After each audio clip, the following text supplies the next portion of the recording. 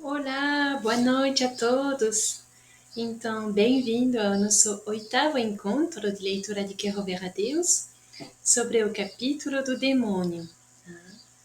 Mas, para iniciar o nosso momento, vamos começar rezando juntos. Em nome do Pai, do Filho e do Espírito Santo. Amém. Vinde, Espírito Santo, enchei os corações dos vossos fiéis e acendei neles o fogo do vosso amor. Enviai o vosso Espírito, e tudo será criado, e renovareis a face da terra. Oremos. Ó Deus, que instruístes os corações dos vossos fiéis, com a luz do Espírito Santo, fazei que apreciemos retamente todas as coisas, segundo o mesmo Espírito, e gozemos da sua consolação. Por Cristo, Senhor nosso. Amém. Beato Frei Maria Eugênio, rogai por nós. Nossa Senhora da Vida, rogai por nós. Em nome do Pai, do Filho e do Espírito Santo. Amém. Então, já faz um tempinho que a gente não se encontrou, porque após o tempo de Natal demos uma pequena pausa, mas é uma grande alegria reencontrar vocês para esse momento de leitura de Quero Ver a Deus e momento também de oração.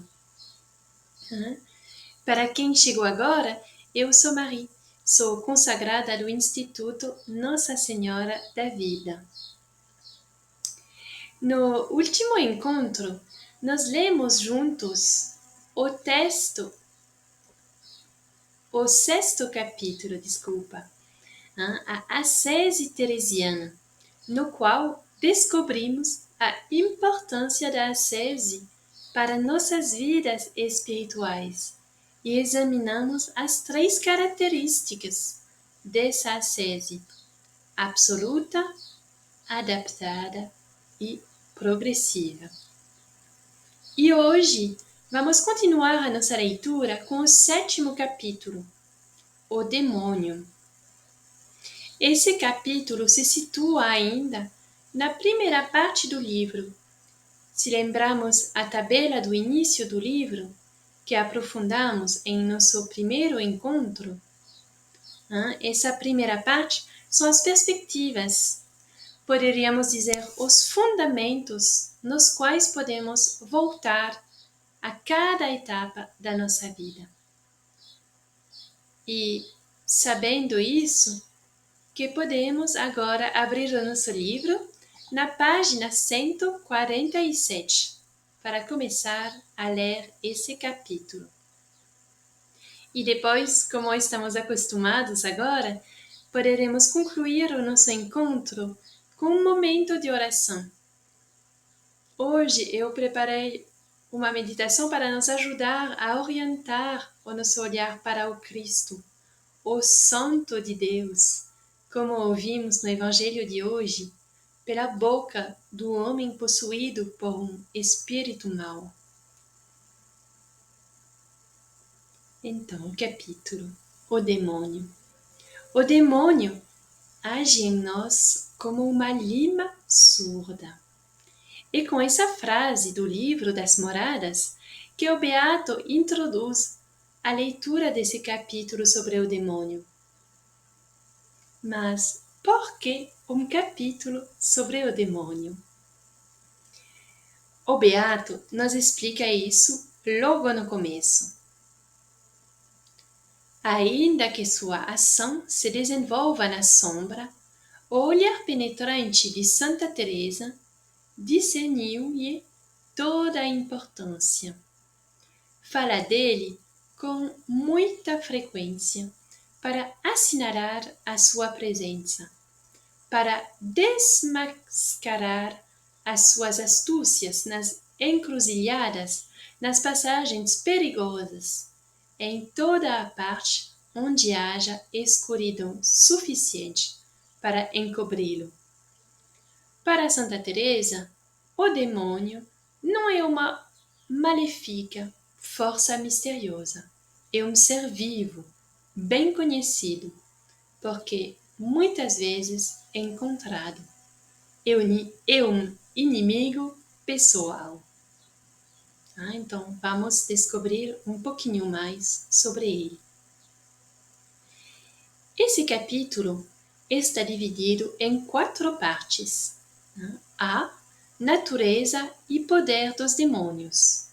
B. Intervenções do demônio na vida espiritual. C. Meios para reconhecer a ação do demônio. E D. Como combater a ação do demônio. Então, vamos lá. A natureza e o poder dos demônios. Os demônios são anjos caídos.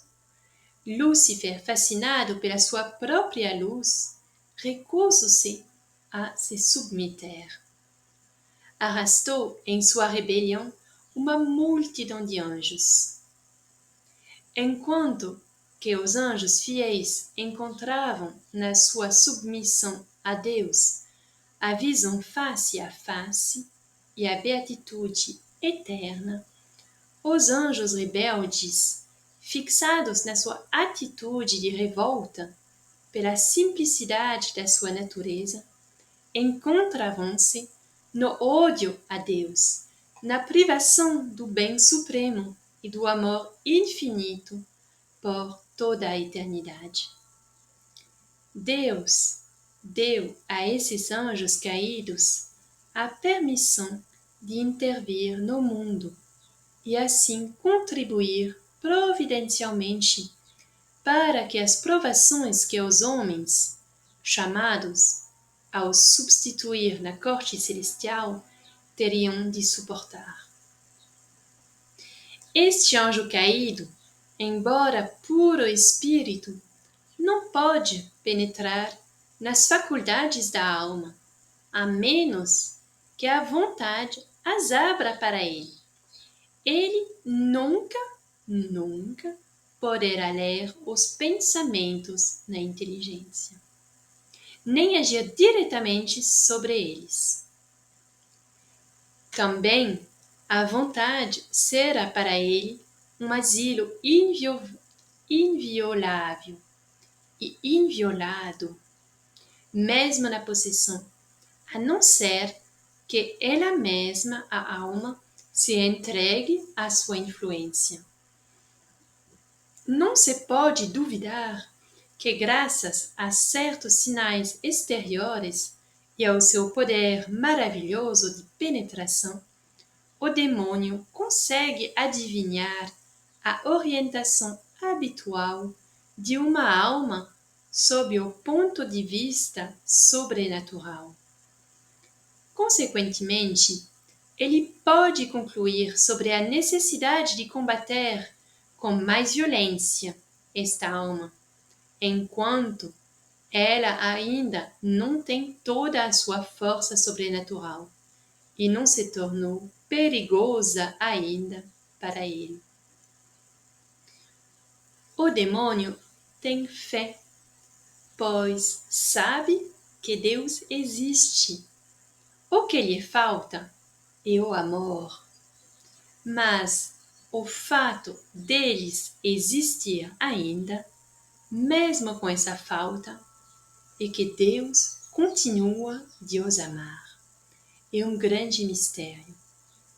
Deus respeita a liberdade de cada um.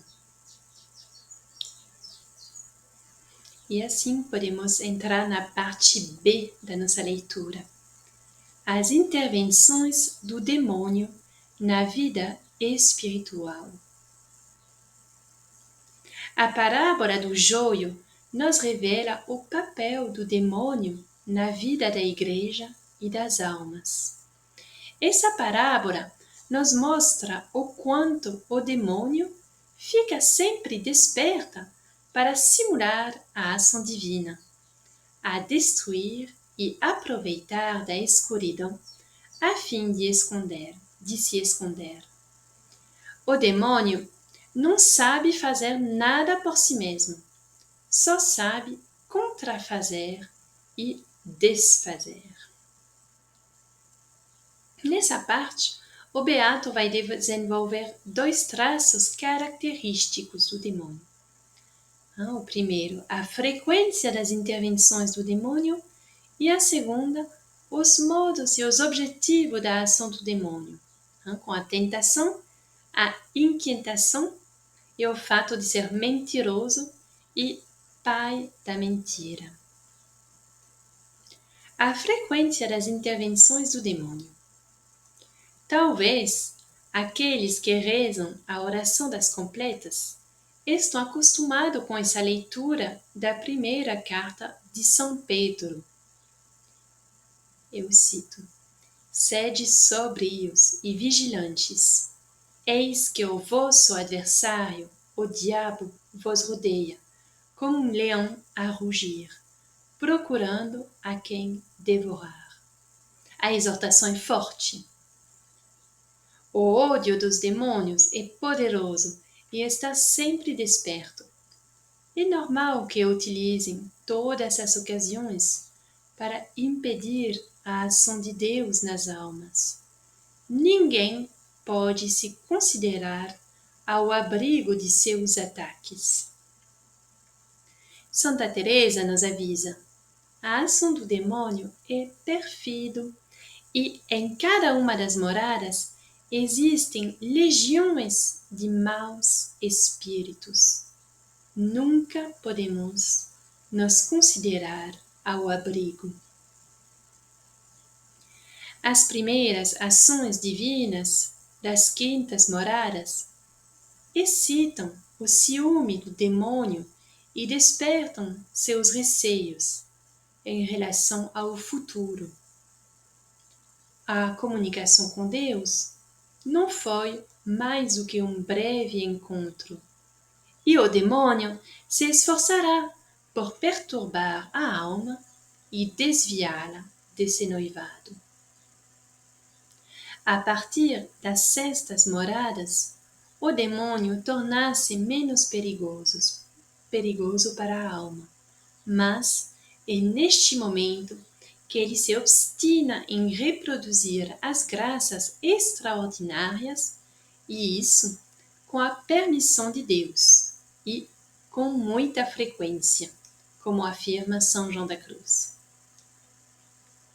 As comunicações divinas mais perfeitas, as que o próprio Deus faz na alma, não podem, no entanto, ser conhecidas pelo demônio, nem no anjo bom, pois é uma comunicação pessoal de Deus com a sua criatura. As almas que aspiram à perfeição são, de modo especial, objeto dos ataques do demônio. E, sobretudo, contra elas que se encarniça o seu ódio raivoso e tenaz.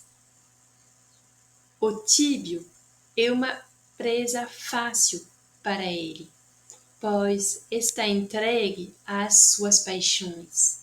É uma conquista fácil para o demônio, porque tem pouco combate. O demônio é essencialmente um poder das trevas que trabalha no escuro para surpreender e enganar. O sucesso de suas ações junto das almas fervorosas depende da sua habilidade em dissimular o que é e o que faz. As manifestações exteriores do poder do demônio, raras em todos os tempos, parecem ainda menos frequentes na nossa época, porque o ateísmo generalizado e a apostasia das massas asseguram ao demônio uma dominação exterior pacífica. Esta paz exterior não deve nos fazer esquecer que dentro das almas a luta continua dura, cotidiana e habitualmente silenciosa contra este inimigo que ronda sem cessar à nossa volta e que, como diz Santa Teresa, age em nós como uma lima surda. O segundo ponto são os modos e objetivo da ação do demônio. O demônio, nosso inimigo, esforça-se por levar as almas para o mal, através da tentação, por atrapalhar a caminhada para Deus, inquietando e enganando as almas. Então, a tentação. De ordinário, ele utiliza seu conhecimento das tendências dominantes de uma alma e seu poder sobre os sentidos para tornar mais sedutora uma imagem, para provocar uma impressão, aumentar um prazer, avivar assim um desejo e ganhar consentimento da vontade. Santa Teresa não fala muito das tentações, mas insiste sobre os obstáculos que o demônio prima por criar, a fim de impedir a alma de caminhar para a união divina. O ponto B, a inquietação. É a primeira arma da qual o demônio se serve contra as almas desejosas de perfeição. Com efeito, a inquietação faz parar, faz hesitar acerca da decisão a tomar, paralisa e diminui os meios de ação e resistência. Mas, sobretudo, cria em volta da alma uma escuridão que permite ao demônio ficar encoberto e estender todo o seu poder. O demônio provoca medos irracionais em todas as potências sensíveis. Isso alimenta a inquietação, mas ele pode provocar também grande inquietação a respeito da gravidade dos nossos pecados, e também é ele que age quando está muito distraído e perturba no entendimento. E o último ponto, ponto C, mentiroso e pai da mentira. Podemos colocar a inquietação provocada pelo demônio em paralelo com o recolhimento provocado por Deus na alma. A perturbação é uma preparação. Ela cria a atmosfera favorável à ação do demônio, da mesma forma que o recolhimento precede e prepara a ação de Deus. Se deixo a inquietação tomar conta de mim, deixo o demônio agir. Mas, do outro lado, se eu deixo o recolhimento me invadir, eu deixo Deus agir.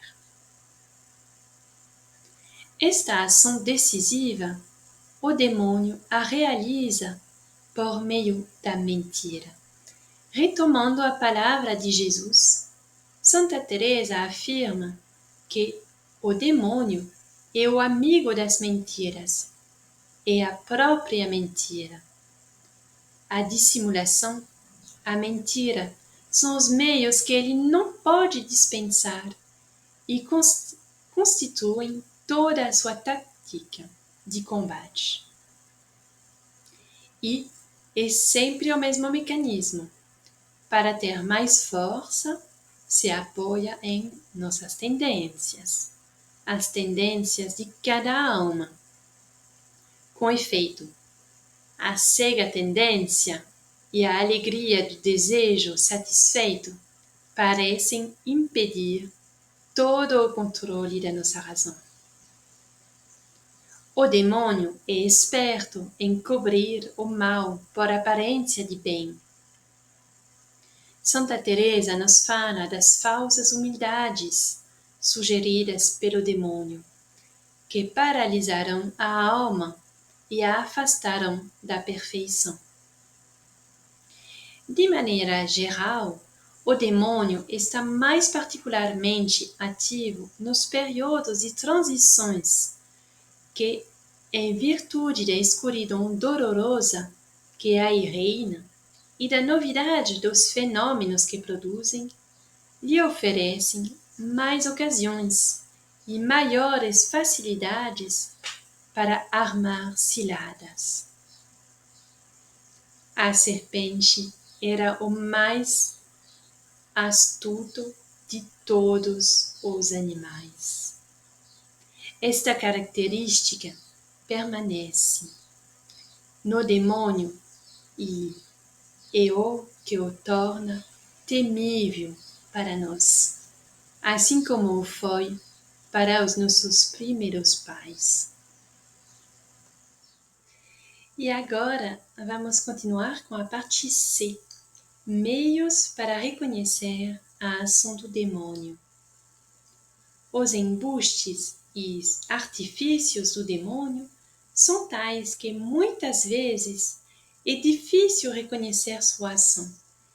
Santa Teresa nos dá alguns conselhos para podermos distinguir as intervenções do demônio na vida espiritual.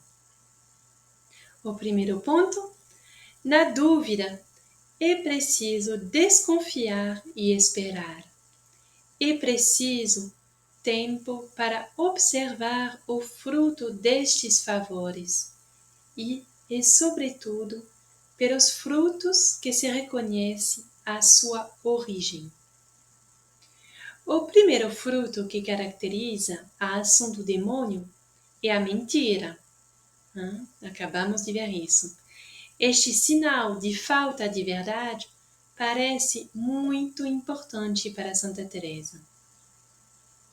As intervenções, isso é o terceiro ponto, as intervenções diretas do demônio não poderiam produzir na alma o efeito de paz e humildade que a ação de Deus lhe traz.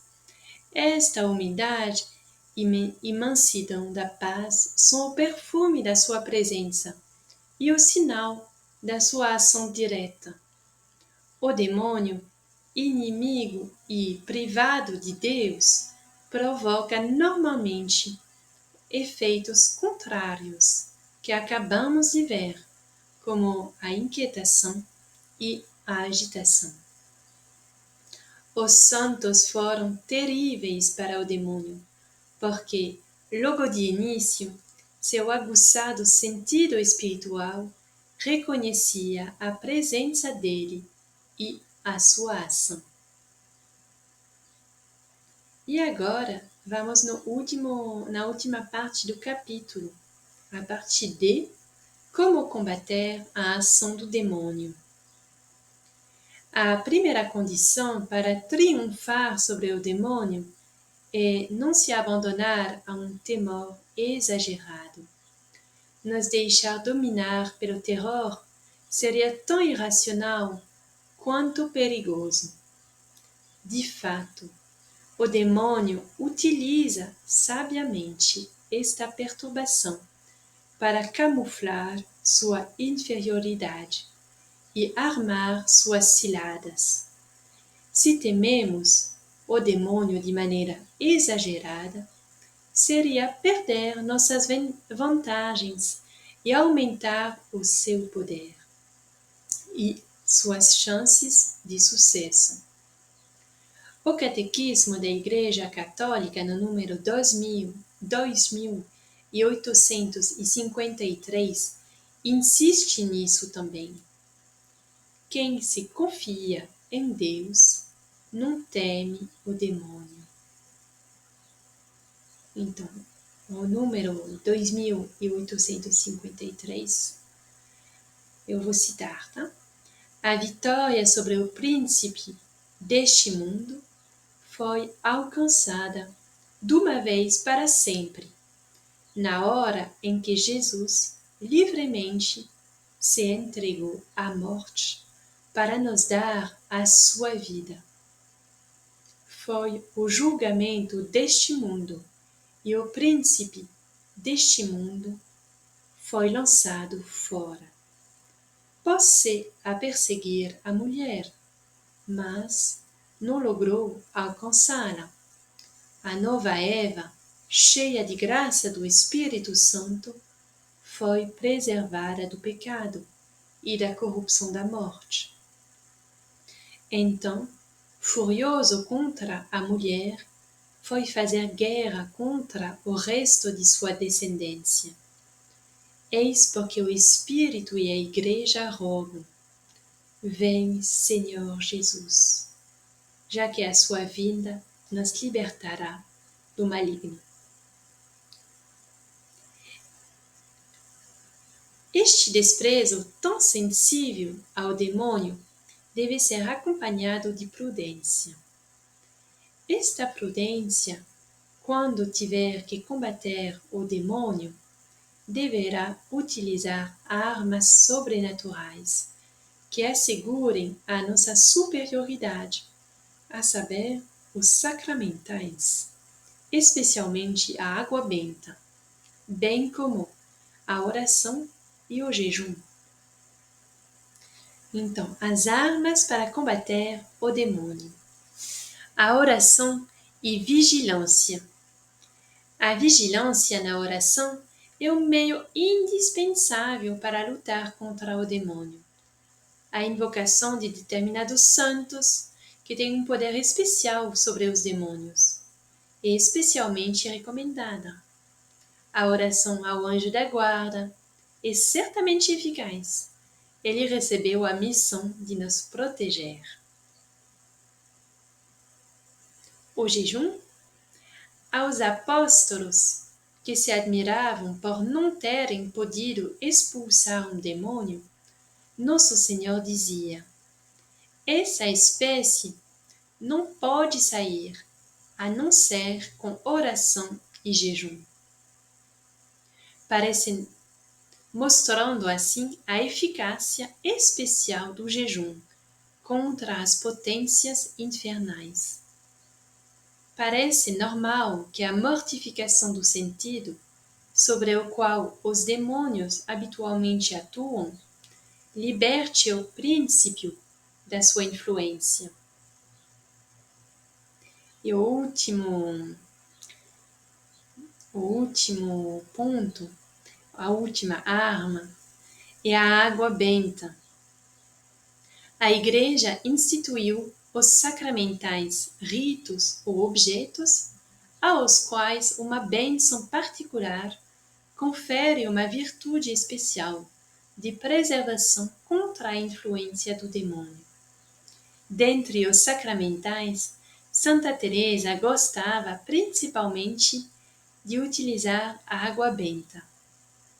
Com efeito, ela pede água benta todas as vezes em que é alvo de um ataque do demônio e o expulsa desse modo.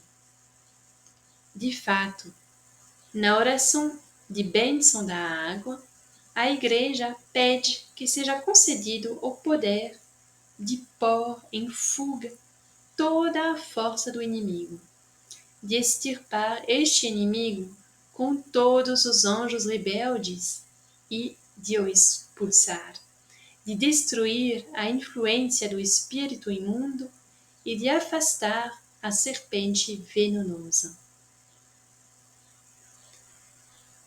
A tática. A alma, em seu itinerário para Deus, não procura os demônios que poderiam, se não detê-la, pelo menos atrasá-la na sua caminhada, causando-lhe alguns danos. De bom grado, ela se afasta deles. E dizer que só temos um objetivo: atingir Deus e não buscar o combate. Excelente tática que é a fuga que conseguimos pôr em prática por meio da fé e da humildade. Ponto A. O exercício da fé e os atos anagógicos. Na carta aos Efésios, São Paulo, ao descrever a armadura com a qual o cristão deve se revestir para os combates espirituais, indica especialmente a fé como arma defensiva contra o demônio. São João da Cruz comenta essa passagem no livro da Noite Escura, dizendo: a fé é uma túnica interior de tão excelsa brancura que ofusca a vista de todo o entendimento. Quando a alma caminha vestida de fé, o demônio não a vê, nem atina a prejudicá-la, porque com a fé, muito mais do que com todas as outras virtudes, vai bem emparada contra o demônio, que é o mais forte e astuto inimigo. Especialista deste método, São João da Cruz o utilizará não somente contra os ataques do demônio, mas contra a agitação das faculdades e as impressões desordenadas das potências sensíveis. O ponto B é a humildade. Esta virtude parece gozar de uma espécie de imunidade. O demônio está preso numa atitude de orgulho por sua revolta contra Deus. Ele não sabe ser humilde, não compreende a humildade. Todas as suas farsas, mesmo aquelas que simulam a humildade, trazem sempre os sinais visíveis do orgulho. O humilde, diferentemente do demônio, vive em regiões que esse último não conhece. O demônio ignora as reações da humildade, sente-se sempre confundido e vencido por ela. Na véspera da sua profissão, Santa Teresinha do Menino Jesus sofreu os assaltos do demônio. Ela disse: o demônio inspirava-me a certeza de que a vida do Carmelo não era feita para mim e que enganaria aos superiores, seguindo por um caminho para o qual não era chamada. Entretanto, preferiria fazer a vontade do bom Deus e voltar para o mundo a ficar no Carmelo fazendo a minha vontade. Chamei, pois, minha mestra e, cheia de confusão, disse-lhe o estado da minha alma. Felizmente, ela viu mais claro do que eu e tranquilizou-me completamente. Aliás, o ato de humildade que tinha praticado acabava de pôr em fuga o demônio. Na verdade, não existem adversários mais temíveis para o demônio do que as almas, a um só tempo, fracas e humildes.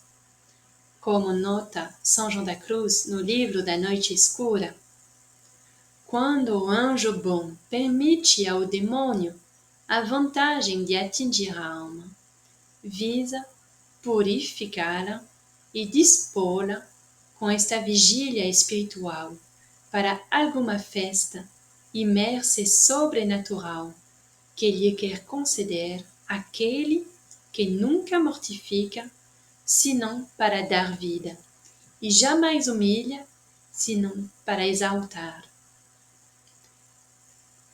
E com essas palavras e encorajamento de São João da Cruz, que podemos concluir a nossa leitura desse capítulo. E agora podemos orientar o nosso olhar para o nosso momento de oração, orientando o nosso olhar para Deus.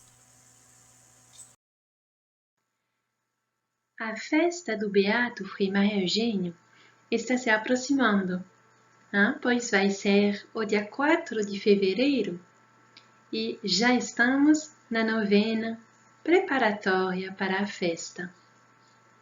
Então, eu queria aproveitar para pedir a Deus, pela intercessão do Frei Maria Eugênio, como ele desejava tanto, que cada um de nós possa se tornar a cada dia mais amigo do Espírito Santo. E gostaria de acrescentar uma outra intenção. Pedir a Deus, se for da sua vontade, vocação para o Instituto, para podermos continuar de viver esse carisma dentro da Igreja do Brasil. Então, por isso, eu conto com sua ajuda. Suas orações são preciosas. Em nome do Pai, do Filho e do Espírito Santo. Amém.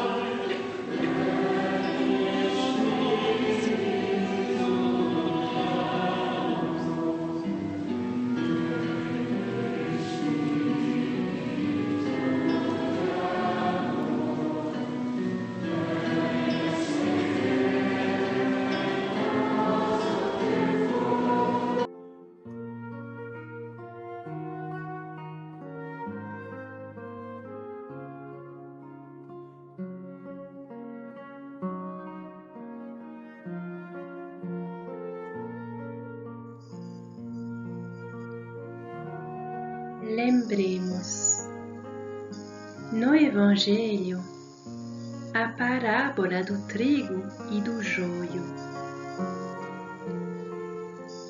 O trigo foi lançado pelo semeador e logo o inimigo vem durante a noite lançar o joio. Quando chegar a hora da colheita, os servos receberam a ordem de fazer a separação do joio e do trigo. Na espera, eles crescem juntos.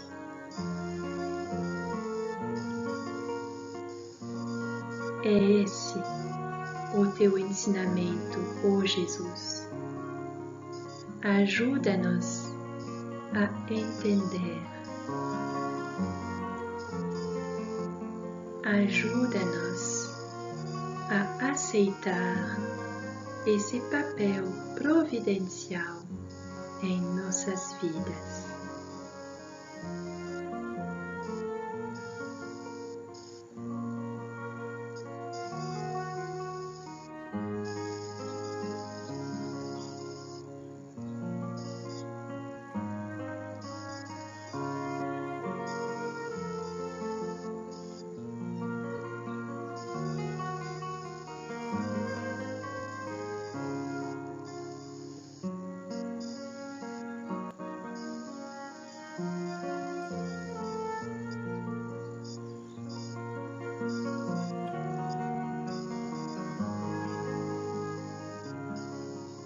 No Calvário, como na tua vida, já se desvenda para nós a ação do demônio na Igreja.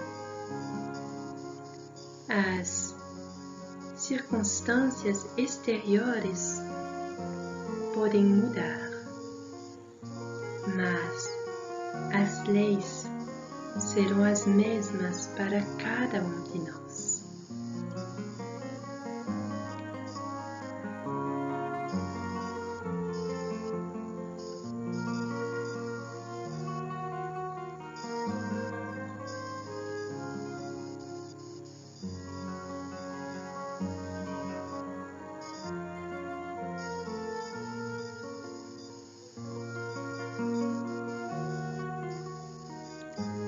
Essa luta prossegue e prosseguirá até o fim dos tempos. Vê o teu desenvolvimento.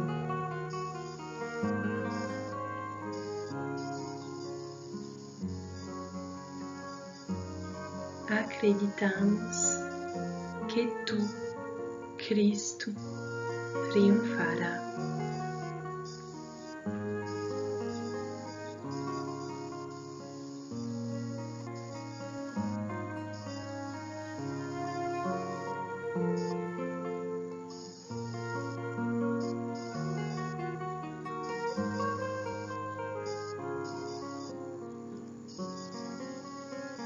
Cada dia a tua vida corre através dos sacramentos da comunhão.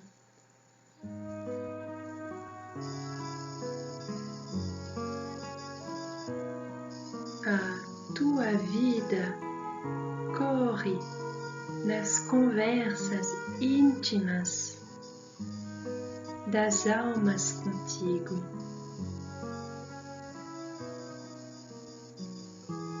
Cada dia a Igreja é nutrida por ti.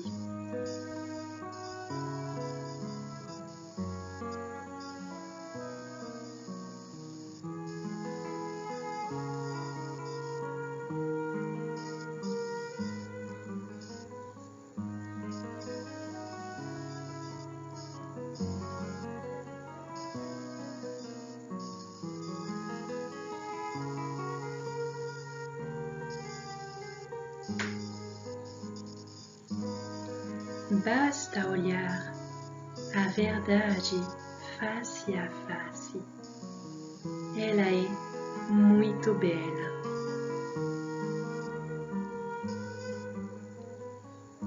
Tu, Cristo, te desenvolves, triunfas a cada dia,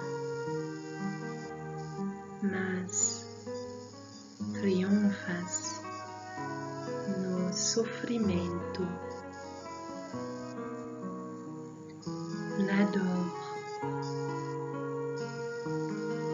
triunfas no sangue e na derrota.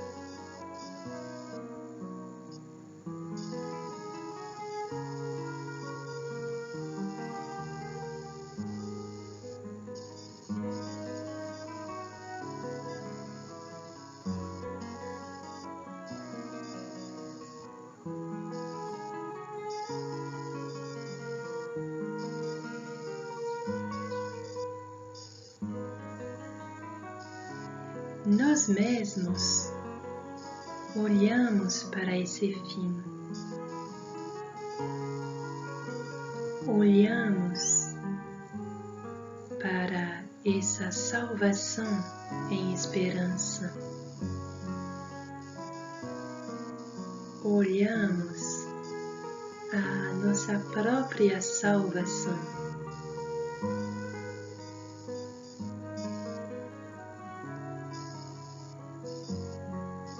Não temos de esperar o julgamento final para triunfarmos.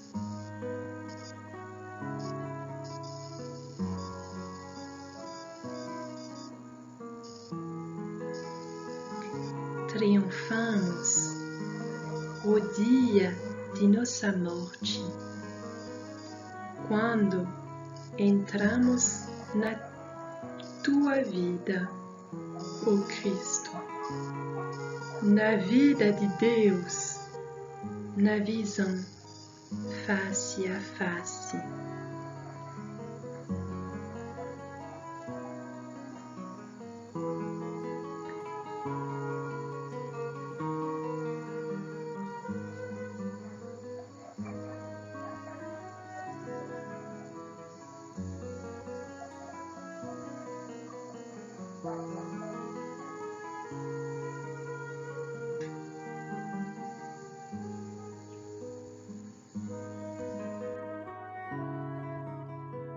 Essas perspectivas, um tanto dolorosas, da aparente derrota da Igreja em todos os dias, do poder do demônio, poderiam entristecer-nos. Mas não nos deixemos abater com essa tristeza. O triunfo já está realizado em nós. Se somos cristãos, se temos a vida da graça.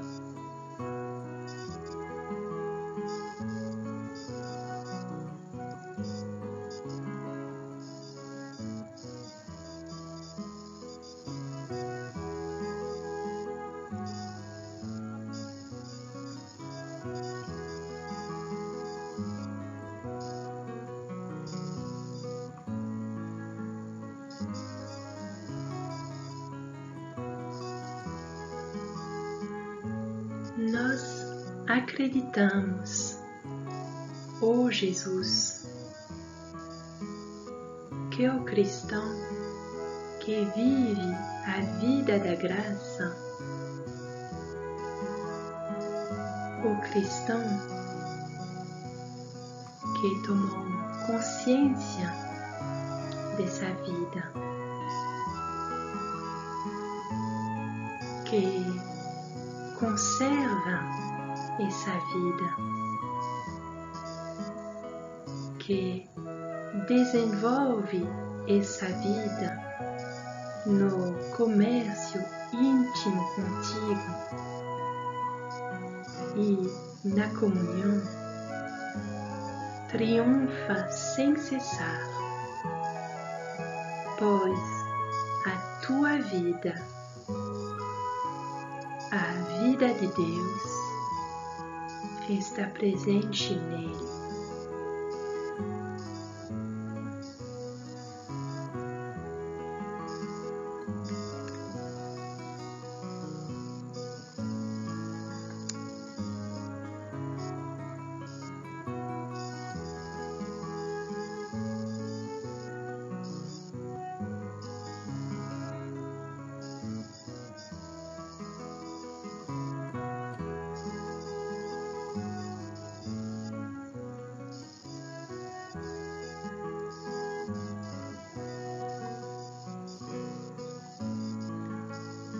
Procuremos tomar consciência da presença da tua vida, tomar consciência da vida de Deus em nós, de desenvolver essa vida de Deus em nós. E assim procurar uma certeza e uma segurança.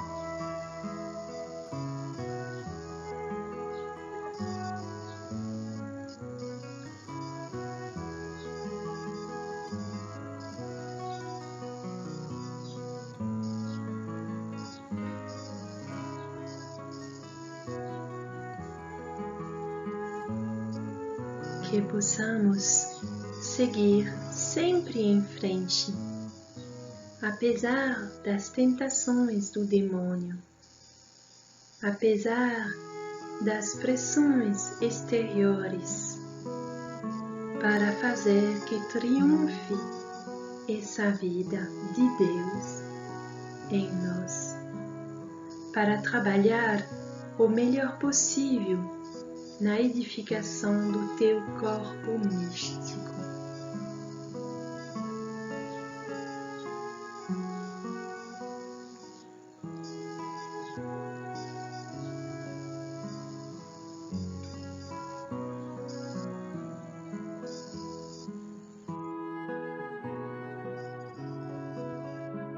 E juntos podemos rezar para concluir o nosso momento de oração, dizendo: Pai nosso que estais nos céus, santificado seja o vosso nome.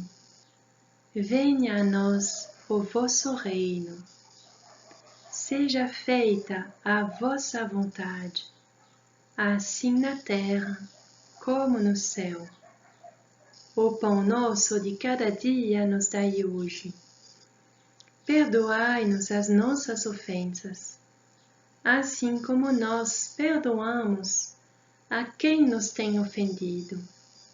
E não nos deixeis cair em tentação, mas livrai-nos do mal. Amém. Beato Frei Maria Eugênio, rogai por nós. Santa Teresa de Ávila, rogai por nós. Santa Teresinha, rogai por nós. São João da Cruz, rogai por nós. Nossa Senhora da Vida, rogai por nós. Em nome do Pai, do Filho e do Espírito Santo. Amém. Muito obrigada a todos pelo encontro. E o nosso próximo encontro será domingo 25 de fevereiro, tá? Às 18 horas. Muito obrigada.